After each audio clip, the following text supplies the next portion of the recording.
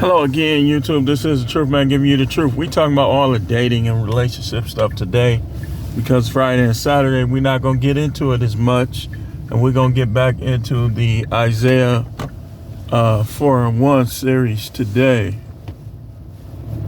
Isaiah 4:1 says, well, we'll get into that later. Now, listen, I want to talk about a conversation I was having in YouTube, and this is an all too familiar problem in the United States that I'm noticing, is that people form opinions without research because they don't have no standards. They don't have no guidelines. They're not guided by any creator God or anything like that. They think that whatever they believe, that's the truth for everyone. I don't think that. If it's something that I'm not sure about, I'm not going to speak dogmatically upon it. But one thing I'm sure about is a lot of that stuff in that Bible. Maybe not everything, but when it comes to like the stuff with, like, let's say the historical accounts that I can validate, like with King David or with Jezebel and Ahab and different things. For you to try to argue with me, and you probably don't know anything about it. So a lot of people don't even know what monogamy and polygyny is, but they'll argue with you as if monogamy is the standard. No, monogamy is your standard. It's not God's standard. It's your standard. And the Most High proved that he doesn't really care if you have one or how many you have. But when he sent Nathan the prophet to confront David over David basically undermined Uriah to get his wife too, and the Most High had already given David all of Saul's wives. He said, if you needed more wives, I would have given you more. So what does this say? This says that the Most High condones polygyny.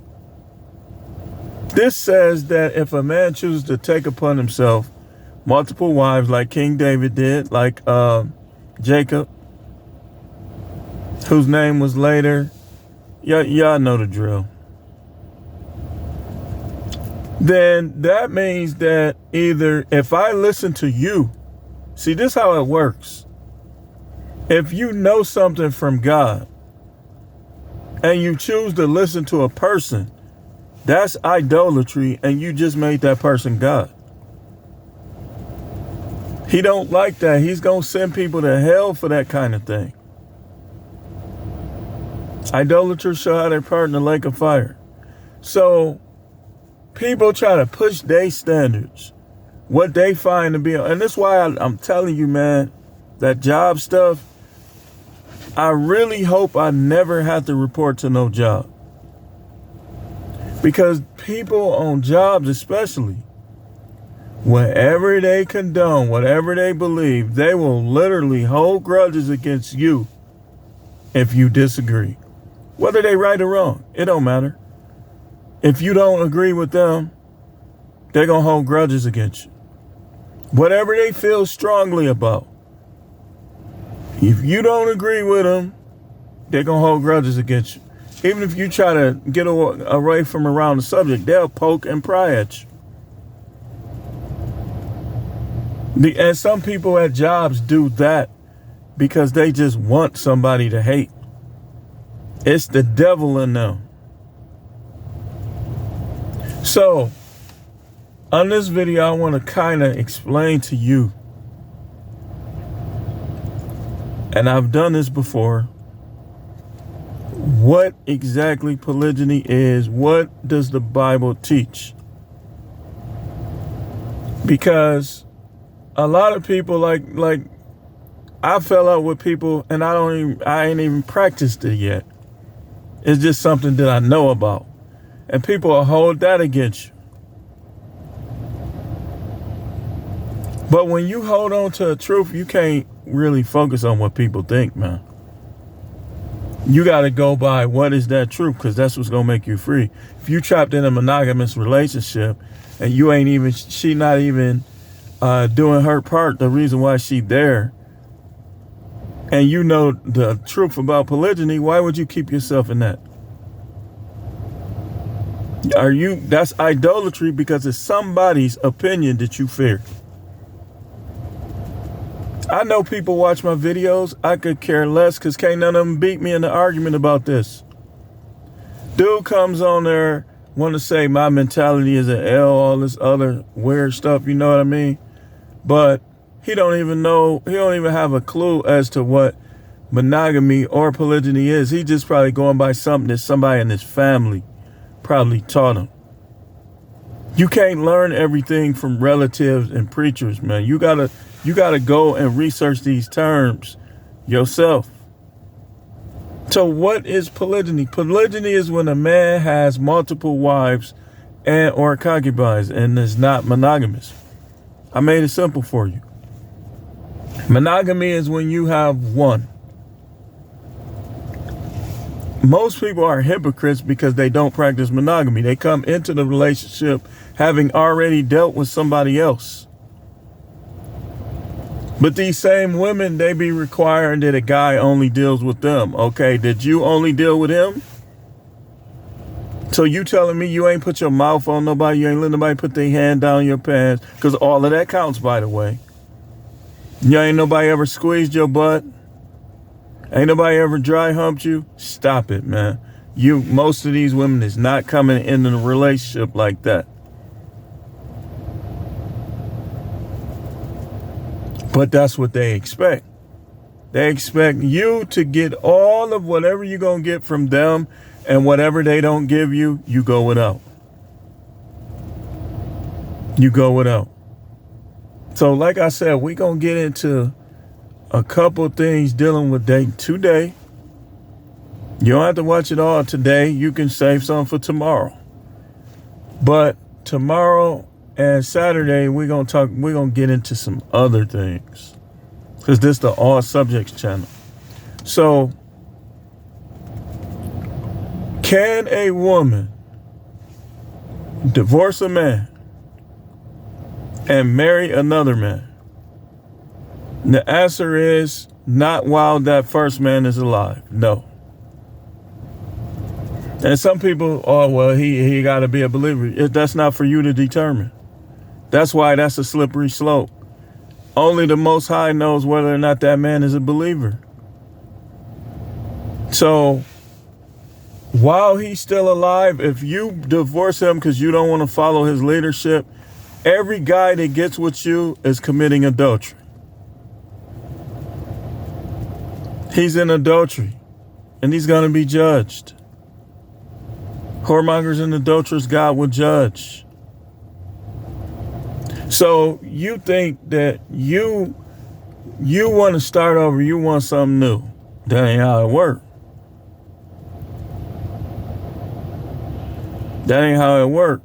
And then when you find out some of them try to run back to the hell, it's too late for you. You done did too much damage. You talk too much. You do too much. He'll be a fool to stay with most of you. So now if you want to be a spiritual person, guess what? You got to be by yourself. You was better off staying with him and complying, doing what he want. That's how it works. Now, if he dies, you free to marry whoever you choose. But you can't kill him, or you can't cause him to be killed, or still don't count. This is what these women, they just don't understand. Why you think those biblical women were so submissive? That was one of the reasons, because they knew that the blessing was in them serving that man like they serving God himself.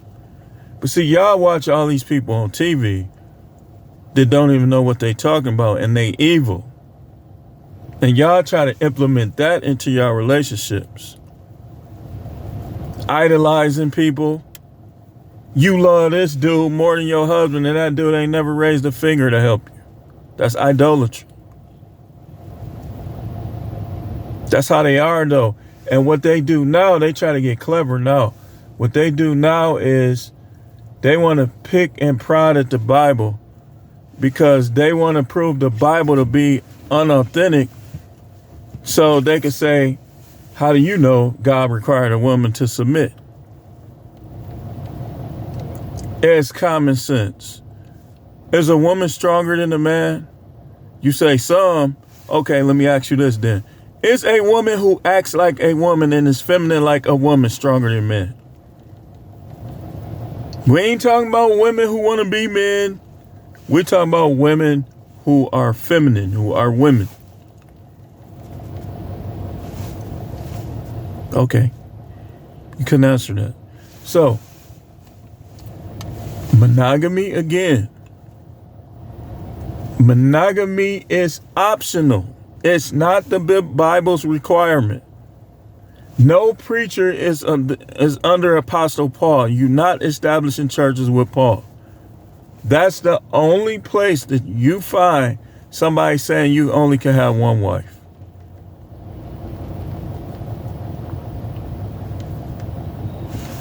I mean, come on now. Now, polygyny, again, there are requirements to that as well. You got to treat all your women equally. You got to lead and give them all a task, and they got to follow your leadership. Polygyny ain't easy. Think about it. It's hard enough getting one woman to listen to you than to have two or three. I mean, come on now. And then you never know what the government might try to do. They might try to spin it somehow to lock you up. So you got to watch how you word stuff. You got to watch how you say stuff and everything. But all of us coming to judgment. Nobody gets away with anything under the sun. If you put a man in jail for practicing polygyny, that's something you're going to have to answer for at the day of judgment, because you basically setting your own standard of righteousness apart from what the Most High set. So, again, monogamy, optional. Polygyny, optional. Nobody's making you do that either. They both optional. But don't try to act like monogamy is the way to go. Like this one dude, he tried to tell me it's a sin to have multiple wives. You not even a preacher, man. All you do is pray over your food. That's it. You don't know that Bible at all. But he still was trying to tell me something. Just because he prayed over his food and went to a couple church services, he think he know. Then when I started getting off into him and breaking him down debate-wise, well, I don't really know. I'm going to ask somebody. I say, you can ask whoever you want. If they agree with you, that don't mean they right. I'm telling you, man, you got to get into this. You got to learn how to be by yourself. Because most of these people, they don't have a clue about life, man, and they've been and brought you down some. But thanks for watching. Keep tuning in. This is The Truth, man.